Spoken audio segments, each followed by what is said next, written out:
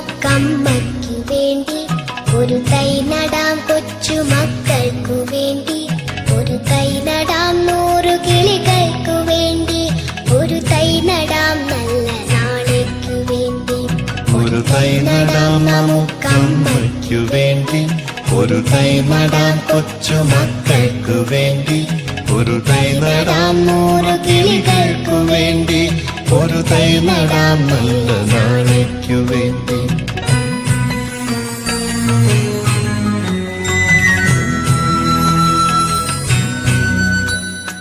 ഇത് പ്രാണവായുവിനായി നടുന്നു, ഇത് മഴയ്ക്കായി തൊഴുതു നടുന്നു. ഇത് പ്രാണവായുവിനായി നടുന്നു, ഇത് മഴയ്ക്കായി തൊഴുതു നടുന്നു. അഴകിനായി തണലിനായി തേൻ പഴങ്ങൾക്കായി 100 തൈകൾ നിറഞ്ഞു നടുന്നു.